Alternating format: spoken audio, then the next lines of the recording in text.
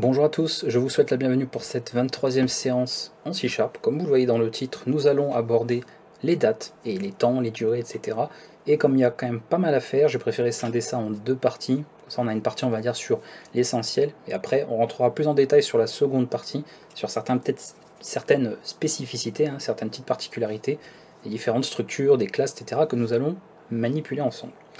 Alors l'avantage de C#, même si bon ça reste un jugement personnel, c'est que vous verrez qu'il n'y a pas énormément d'outils en fait pour manipuler ça. On a vraiment ce qu'il nous faut comme essentiel. Et au niveau nommage, c'est un truc personnellement moi qui me plaît bien, le formalisme, le nommage au niveau des méthodes, parce que c'est assez facile à retenir et on retrouve une certaine cohérence dans le nommage que personnellement j'apprécie beaucoup.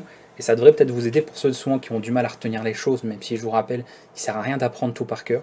On a des documentations pour nous permettre en fait de nous y référer. Et c'est après des fois naturellement qu'on retient des choses, mais on peut tout aussi vite les oublier. Ici nous allons utiliser des structures, des classes, mais bon je dis des classes, mais je pense surtout je pense à une classe en particulier, donc je pense à plus tourner sur une classe et pas forcément plusieurs, et quelques énumérations qui vont nous servir pour manipuler un petit peu tout ça. D'accord? Donc vous verrez que c'est simple, vraiment, c'est pas quelque chose de compliqué, c'est juste qu'il y a beaucoup de matière. En fait, il y a beaucoup de choses à aborder, mais on n'a pas énormément de difficultés à manipuler un petit peu tout ça. Première structure que nous allons voir, si ce n'est peut-être la plus importante, la plus essentielle, c'est la structure qui va nous permettre de gérer une date, une heure, ou les deux ensemble, spécifique, d'accord, que ce soit en heure locale, en heure UTC, ça tout dépendra de vos besoins. Et bien on a besoin des fois de manipuler une date telle quelle, on va avoir en fait un objet qui représente cette date, et on va avoir besoin de ça. Donc nous avons la structure datetime, comme son nom l'indique, et qui va pouvoir bien sûr nous permettre de construire, d'initialiser une date dans différents formats en particulier. Le plus pratique, si vous voulez la date du jour, on fait un petit datetime et vous appelez directement la propriété now. Ça, on va dire, c'est le plus classique. Je le précise parce que dans d'autres langages de programmation, et en plus au moment où je fais cette vidéo de C#, je sais que on a abordé ensemble sur d'autres langages de programmation les dates aussi, qui suivent pas du tout les mêmes règles. Donc c'est pour ça que j'insiste d'une formation à l'autre sur les différences qu'il peut y avoir. Parce que là, si vous voulez la date du jour, ce n'est pas par une méthode qu'on passe, mais directement par cette propriété, d'accord, qui est statique. On fait un datetime.now et nous avons comme ça la date du jour. En passant par différents constructeurs, en revanche, donc si je me contente du plus simple finalement, constructeur par défaut qui existe bien pour le datetime, nous allons avoir, c'est là que c'est plus intéressant, parce que la date du jour, bon, on s'en fiche, mais comment ça, j'ai oublié le new, excusez-moi, ça commence bien, pas bien là. -1 sur la copie. Ok. C'est normal qu'on a un warning, je l'utilise pas, c'est logique. Donc, ce que je voulais faire, par contre, c'est comment ne pas l'utiliser ici, puisque je veux vous montrer quelque chose. Donc, si je ne l'affiche pas, on va attendre longtemps, décidément. Voilà. Et voici le format que nous avons. Donc ça, si vous programmez dans d'autres langages, peut-être que vous avez remarqué que quand vous construisiez une date par défaut, ça ne prenait pas ce genre de format-là. Ça prenait par exemple la date du jour, ou une date suivant le temps Unix, l'époque epoch time, ou peu importe, voilà, ça peut être, c'est assez arbitraire. Au niveau de C#, voilà ce qu'on obtient par défaut. Avec l'initialisation d'une datetime, nous avons ce format-là, donc 1er janvier, année 1, 0 heure, 0 minute, 0 seconde. Si vous voulez compléter, avoir une date un peu plus précise, vous allez pouvoir spécifier un format particulier au niveau des arguments. Alors généralement en informatique, c'est le cas aussi en base de données, donc on retrouve quelque chose d'assez, on va dire, conventionnel. Vous aurez un format de cette manière. Vous allez avoir les années, 4 valeurs, en fait, 4 chiffres, je vais y arriver. Vous allez avoir le mois, le jour, une espace, et vous aurez l'heure, 2 points, les minutes, 2 points, et les secondes. Éventuellement des millisecondes, etc. Mais ce n'est pas toujours affiché d'ailleurs par défaut, éventuellement, parce que c'est quand même moins, c'est plus négligeable en tout cas que toutes les autres valeurs qu'il peut y avoir. Donc au niveau des arguments, si vous voulez déclarer tous ces derniers, eh bien vous allez suivre le même ordre pour les arguments ici au niveau du constructeur.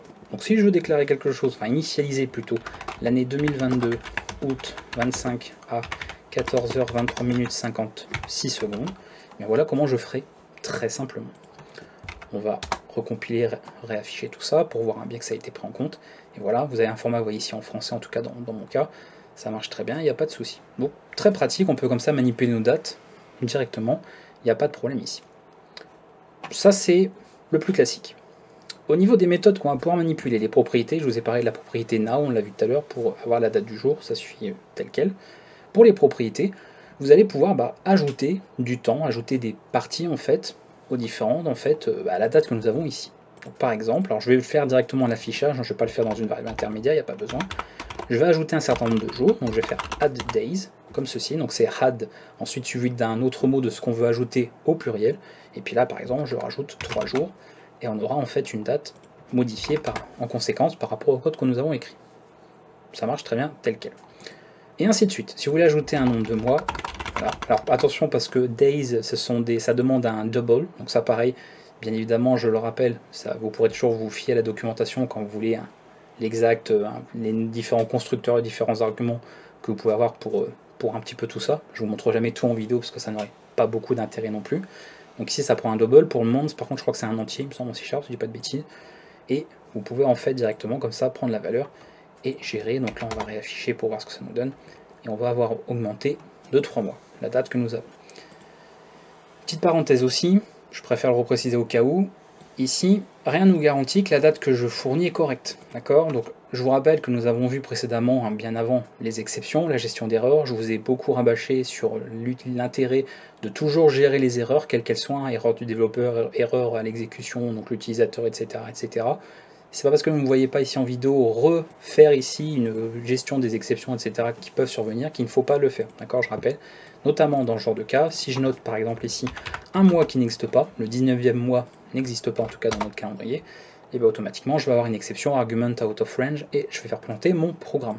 Donc j'insiste au cas où, parce que je sais qu'il y a des gens pour qui c'est peut-être le premier langage ou les débuts et qui souvent ont tendance à se contenter juste d'esquiver en vidéo et de se dire faut juste se contenter de ça. N'oubliez pas, toutes les notions qu'on a vues précédemment, c'est un cours progressif, ça doit vous servir. Donc si dans 5 vidéos avant, je vous ai dit qu'il faut absolument toujours gérer les erreurs dans vos programmes, continuez de le faire, même si moi vous voyez en vidéo que je ne renote pas à chaque fois le même code. Parce que j'essaye en fait de me contenter de l'essentiel de ce qui est expliqué, sans forcément recréer un nouveau projet, à faire ça dans 3-4 fichiers différents, tout bien rangé, etc., hiérarchisé, etc. D'accord? On n'est pas sur un projet, je suis juste sur des cours où je vous montre des notions qu'on aborde comme ça petit à petit. Donc j'insiste parce que souvent il y a des gens qui on ne vérifie pas telle ou telle chose, il ne faudrait pas prendre cette mauvaise habitude de vous contenter en fait juste de ce que vous voyez. Ne remimer surtout, ne vous contentez pas de copier ou mimer ce que vous voyez dans un tuto, que ce soit les miens ou ceux d'un autre d'ailleurs. N'oubliez jamais toutes les notions que vous avez acquises, assimilées au fur et à mesure, et de continuer de les appliquer tout le temps. Donc les méthodes ici, pour revenir à ça, elles sont simples, voilà. Add months, add days. Vous voyez, on a toujours ce format-là en fait. Days, add years, etc., etc. Donc pareil, des entiers. Donc facile à retenir, une fois qu'on en connaît une, qu'on connaît le nomal, on peut facilement retrouver les autres. Et après, s'il vous manque d'autres possibilités, etc., ou même vous ne connaissez pas, encore une fois, ça ne sert à rien d'apprendre tout par cœur. Vous allez sur la documentation officielle, c'est fait pour ça, voilà. Il est inutile, vous n'êtes pas en train d'apprendre une poésie. Donc il n'y a aucun intérêt de volontairement, en tout cas, retenir les choses par cœur. Sauf si vraiment vous adorez ça, pour vous c'est important, mais ce n'est vraiment pas nécessaire pour programmer en tout cas. Voilà pour ces parties, en tout cas pour ces différentes méthodes que nous avons. Particularité importante sur la manipulation des dates de manière générale. On a vu quelques méthodes pour rajouter des choses, etc. D'accord ? Mais si on veut maintenant faire des calculs sur les dates, parce que l'intérêt encore une fois, et j'espère que vous l'avez quand même compris à ce stade, au niveau de la programmation, la réutilisation de code, l'héritage, le polymorphisme, toutes ces choses-là, c'est de pouvoir en fait manipuler, ici, dans ce cas précis des dates, comme on manipulerait juste des nombres, d'accord? C'est de te dire notre ordinateur, bon, faire des sommes d'entiers, etc., même maintenant à virgule flottante, avec les ordinateurs qu'on a, les processeurs qu'on a, etc., les machines de calcul, ça va, l'ordinateur est capable de gérer, mais est-ce que par défaut, quand vous achetez votre ordinateur, votre processeur, il a en fait un composant qui est capable de faire des additions sur des dates? Eh bien non, d'accord? C'est pour ça qu'en programmation, nous travaillons avec différents types de données, des classes, des structures, on fait de la surcharge d'opérateurs éventuellement, pour expliquer, encore une fois, comment dans ce cas précis, on ferait par exemple pour faire la somme de cette date et d'une autre, éventuellement, d'accord? Ici, beaucoup d'opérateurs sont surchargés, bien évidemment, pour cette structure datetime. Petit point important, donc je vais mettre un datetime, on va en créer un deuxième, parce que ça c'est très important de bien le comprendre ici en C#, pour pas que vous soyez perdu par la suite. Je vais mettre ceci, je vais rajouter, alors 19e mois, évidemment que non, je vais mettre 8, ici je vais mettre 11, je vais remettre exactement les mêmes infos, d'ailleurs je vais enlever Voilà. D'ailleurs ici on pourrait indiquer les millisecondes, hein. Il y a aussi un constructeur avec des millisecondes, et même pour indiquer le type de date que vous voulez, avec l'énumération date kind, il me semble, date time kind même, puisqu'on travaille sur ça, et vous pouvez préciser que c'est une heure locale, une heure UTC, ou même ne pas le spécifier du tout, de dire que c'est non spécifié. Donc on va garder juste ces infos, voilà, 25 août 2022, et ici 25 novembre 2022, donc juste le mois qui change. Je vais vouloir faire ça, comme je le ferai avec des entiers en fait, comme vous l'avez fait jusqu'à présent pour plein d'autres types de données. J'utilise l'opérateur d'égalité. Ici, à l'affichage, enfin à l'exécution plus exactement, on obtient faux ici, on peut se dire bon, ça correspond. Mettons maintenant que je change ceci, est-ce qu'il arrive à nous indiquer que les dates sont bonnes? Et on voit que oui. Cet opérateur, donc c'est pas par un hasard hein, ou un coup de chance, c'est ça, évidemment, si je vous le montre, c'est que cet opérateur effectivement est surchargé pour fonctionner, d'accord? C'est-à-dire qu'il y a une méthode qui a été redéfinie spécialement pour pouvoir vérifier une égalité entre un objet datetime, donc là c'est la même structure pour être exact, hein, une variable de cette structure, et un autre datetime. C'est pour ça qu'en ayant deux structures déclarées ici, je peux parfaitement utiliser l'égalité. On peut vérifier une inégalité, on peut vérifier est-ce que l'une est plus petite que l'autre, etc. Voilà, je ne vais pas vous remontrer tous les opérateurs de comparaison à la longue, vous les connaissez, mais on les a déjà vus plein de fois. Ça fonctionne. Particularité en revanche, si maintenant j'essaye de faire ceci. Je veux faire la somme de mes deux dates. Et là, ça ne marche pas, tout simplement, pas parce que en fait, on ne devrait pas avoir le droit de faire ça. Les concepteurs de C# auraient pu permettre en tout cas de rendre cela possible. Simplement qu'ici, C# va utiliser autre chose. Il part du principe, les concepteurs, de se dire, nous avons donc ici une date, pas de problème, et si on doit ajouter quelque chose à une date, finalement, eh bien c'est une durée. C'est pas forcément une autre date, vous voyez, parce que ajouter une date à une autre date, un peu bizarre. Alors, de se dire, j'ai une date et je rajoute 3 heures dessus, ou je rajoute 20 mois, ou je rajoute 1 an, etc., il trouvait ça plus logique. Donc pour cela, on va avoir un autre type. Alors là on avait travaillé sur les structures, on avait datetime, d'accord, et nous allons avoir timespan. Alors c'est une structure aussi normalement, si je ne m'abuse.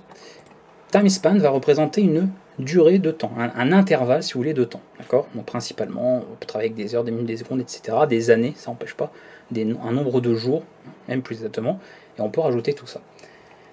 Et là, bon, on va créer volontairement timespan, c'est plus rare qu'on le fasse, mais pourquoi pas.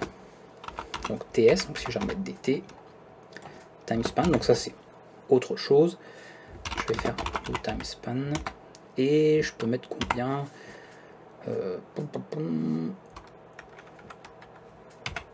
combien je peux mettre, j'en sais rien. On peut faire là. Par contre, j'en avais pas d'heures forcément secondes. Il faudrait qu'on ait les jours. On va mettre un nombre de jours en fait. On est 25, je vais mettre 2 jours. Voilà, ça suffira pour voir ça. Et là, alors on va l'afficher tel quel déjà. C'est quand même mieux visuellement pour vous en tout cas de voir la différence. Hop. On affiche la date d'origine. Et ensuite, cette fois-ci, effectivement, nous rajoutons, enfin nous faisons la somme de la date que nous avons avec l'intervalle de temps qui a été créé juste avant.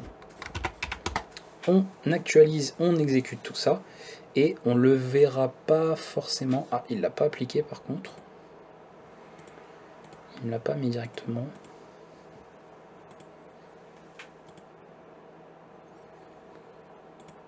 Ah, il faut peut-être que je lui précise. J'ai un doute, timespan, peut-être qu'il prend obligatoirement les autres arguments. Du style heure, etc. Bon, on va mettre 13 heures. 13 heures, 25 minutes, 56 secondes. Et là, on va mettre les mêmes choses, comme ça, 56. 56 là, ça va être plus pratique de manipuler ça. Voilà.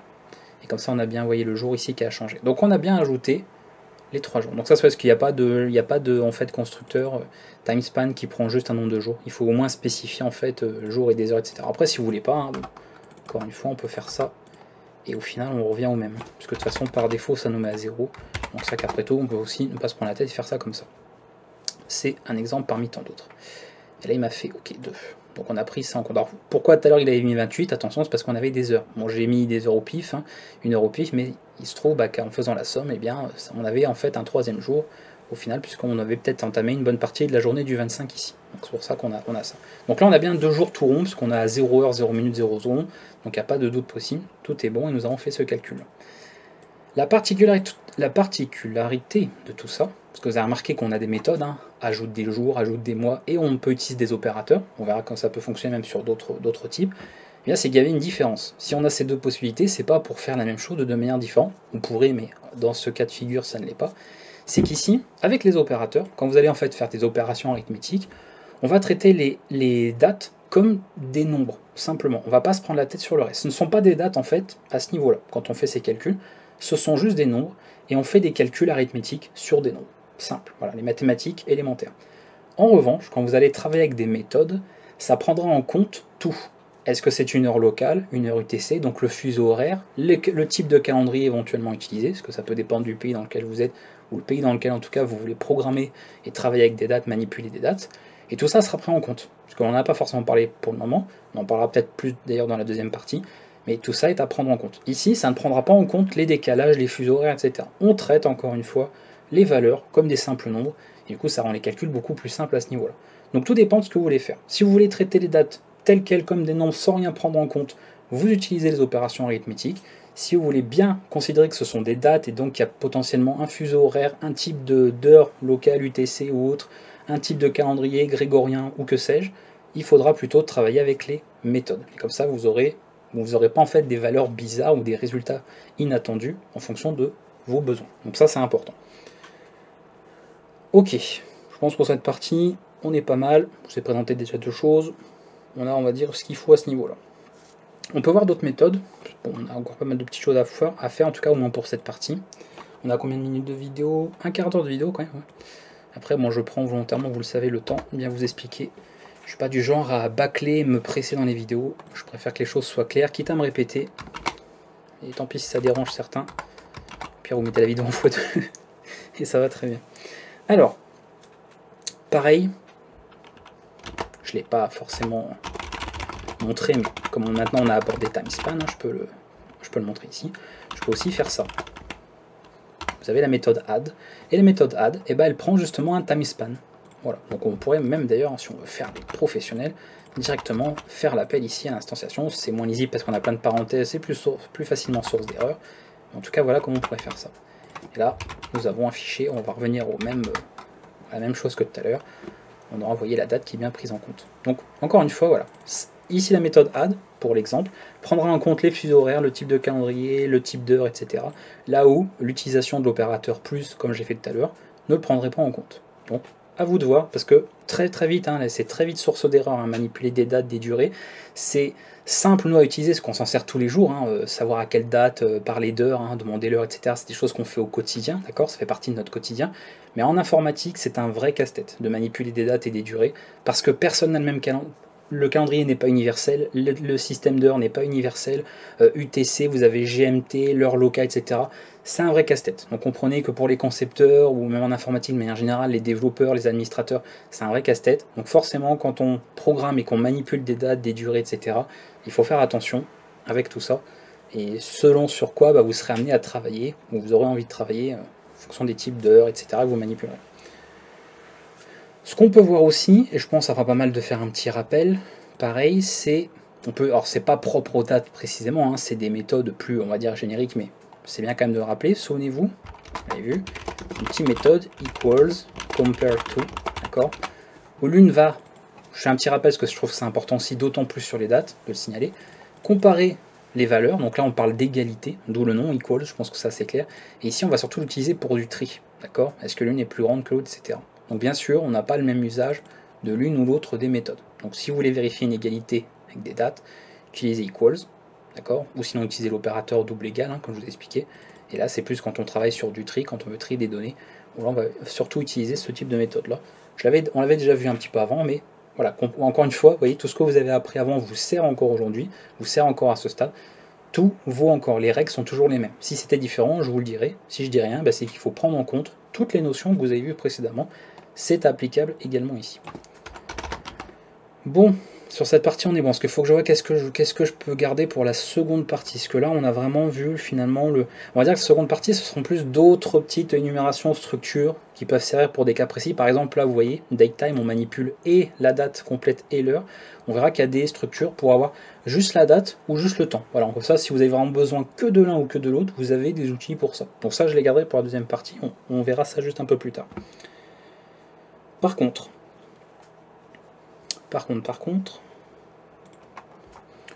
rapidement, la méthode statique aussi, on avait normalement une mission qui avait la possibilité d'avoir le nombre de jours dans un mois, day in month, qui était statique logiquement.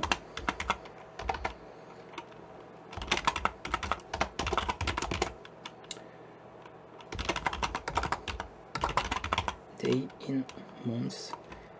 Et on peut, par exemple, ah c'est même pas ça en plus, je dis des bêtises, ça n'a rien à voir en fait avec lui, puisque de toute façon c'est statique, mais c'est pas grave, on peut faire ça. Mais ce qui peut être intéressant, par exemple, c'est ici de dire je veux le nombre de jours dans, je sais pas moi, l'année pardon 2022 et le 5 du mois, voilà, en mai 2022. Comme ça vous aurez le nombre de jours. Voilà, petite méthode statique, je vous en montre comme ça, je vous les montre pas toutes, mais on a ce genre d'outil là qui peut servir, voilà, c'est souvent bon. Visiblement, si en C# ils ont conçu ça à l'époque, c'est qu'il y avait souvent ce besoin-là. Comme ça, vous savez, voilà, si c'est un mois pardon, qui a 31 jours, 30 jours, voire le mois de février, qui, comme vous le savez, est particulier. C'est pour ça que j'insiste sur le fait que c'est un vrai casse-tête, la manipulation de date, parce qu'il fallu évidemment qu'on ait un mois qui n'ait pas le même nombre de jours, en plus ça change, hein, selon que c'est bissextile ou pas. Bref, vous savez déjà tout ça, parce que logiquement, vous avez appris à travailler sur les heures et les dates à l'école, j'espère en tout cas pour vous.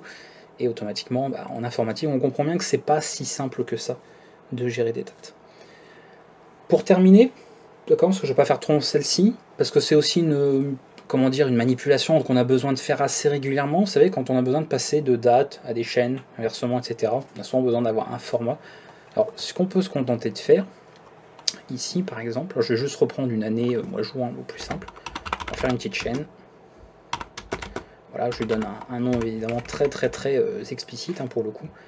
Et je vais mettre 2015 09 18. Voilà, c'était la rentrée des gens, enfin, passé depuis un petit moment en 2015. Voilà, comme ceci.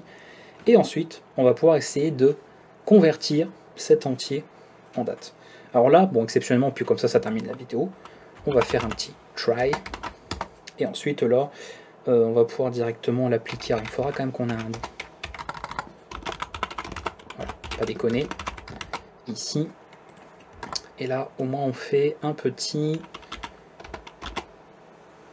Est-ce que je fais dans un... C'est un booléen, je dis des bêtises en plus. C'est... Attendez. Try parse, ça renvoie un booléen. Oui, c'est pas... ça déclenche pas du tout d'exception. Donc c'est simplement... Datetime, c'est une autre méthode statique. Try, je vais y arriver. Parse. Et ici, la chaîne qu'on veut. La date... en tout cas dans laquelle on va injecter ce qu'on a converti. Donc là, ça va vraiment créer un objet de cette structure-là. Et après, si c'est bon, écoutez, on l'affiche. Voilà, si ce n'est pas bon, comme ça renvoie un booléen, cette méthode, si c'est false, forcément la conversion n'aura pas été possible. Comme ça, vous aurez tout ce qu'il faut. Voilà. Et d'ailleurs, ici, si je ne dis pas de bêtises, voilà, c'est un argument à passer en out. Chose que nous avons vu aussi ça, et voilà, comme ça vous avez la date qui est appliquée tout simplement. Donc conversion, et pareil vous avez d'autres méthodes, vous pouvez transformer ensuite une date vous pouvez faire des transformations en tableau, vous pouvez travailler sur des chaînes, il y a plein de choses, mais je vous le dis encore une fois, je peux pas vous montrer, ça n'aurait aucun intérêt je suis pas une documentation ambulante, c'est ça que je veux dire. Donc si vous avez besoin d'en savoir plus sur les notions qu'on aborde, la documentation, vous aurez toutes les méthodes, toutes les propriétés, éventuellement les opérateurs. Vous pourrez trouver tous les constructeurs aussi possibles pour les classes ou certaines structures. Voilà, avec tous les types d'arguments vous pouvez passer en fonction, parce que quand il y a des structures ou des classes qui ont 10 méthodes, évidemment je ne vais pas vous montrer les 10 méthodes dans une vidéo, ça n'aurait aucun sens. Je vous montre celles comme ça que j'ai en tête ou celles qui me semblent en tout cas les plus essentielles. Après, il y a peut-être des méthodes qui vous conviendront plus en fonction de ce que vous voulez faire vous précisément. Donc, n'ayez jamais peur, encore une fois, d'aller voir les documentations et de pas juste vous contenter des vidéos et de vous dire ah c'est bon, je sais tout faire sur les dates en C#. Ce serait loin d'être le cas en tout cas et ce serait un peu présomptueux. Ok, on va s'arrêter là. Je dis beaucoup de ok, mais c'était ok, donc c'est ok. Ok. Pour la suite, nous verrons d'autres structure. On travaillera, comme je vous disais, avec tout ce qui est les fuseaux. Vous savez, gérer en fait le time zone, hein, donc le fuseau horaire. On regardera un petit peu tout ça.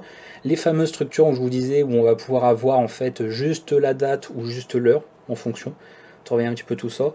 Et puis on verra, voilà, est-ce qu'il y a besoin de voir d'autres énumérations en fonction. Généralement, bon, les énumérations, c'est parce qu'on s'en sert ensuite directement avec les structures et les classes. Donc s'il y a besoin, bon, on abordera tout ça. En tout cas, en tête, j'ai au moins ça à voir pour la seconde partie. N'hésitez pas s'il y a des questions, d'accord? Parce que je peux comprendre que, en soi, la syntaxe, etc., c'est simple, mais tout ce qu'il y a à connaître derrière, on va dire les aspects théorie, etc., sont importants, il faut bien retenir tout ça. Donc si vous êtes bloqué, vous n'avez pas compris quelque chose, que je ne l'ai pas assez bien expliqué pour vous, surtout n'hésitez pas à le demander dans les commentaires, et bien sûr, je vous éclaircirai un petit peu tout ça, et ce qui est un peu brouillon, ou ce qui est un peu confus vous concernant sur certaines notions abordées ensemble. A bientôt en tout cas pour la suite, pour la seconde partie de cette vidéo, finalement de cette partie sur le cours C#.